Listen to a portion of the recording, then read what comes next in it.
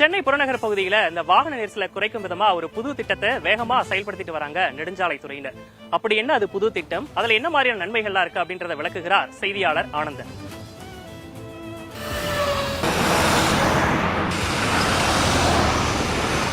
இந்தியாவில் மிகப்பெரிய அளவில் கட்டமைக்கப்பட்டிருக்கக்கூடிய சாலையில் இடம்பெறக்கூடிய வகையில சென்னை புறநகர் பகுதியில் 10 வழிச்சாலை அமைய இருக்கிறது. இந்த சாலை எங்கிருந்து எங்கு அமைய இருக்கிறது என்று பார்க்கலாமா? வாங்க.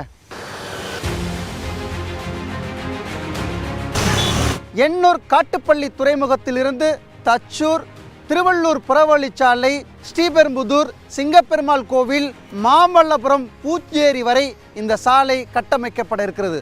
சுமார் 132 கிலோமீட்டர் தொலைவில் இந்த சாலை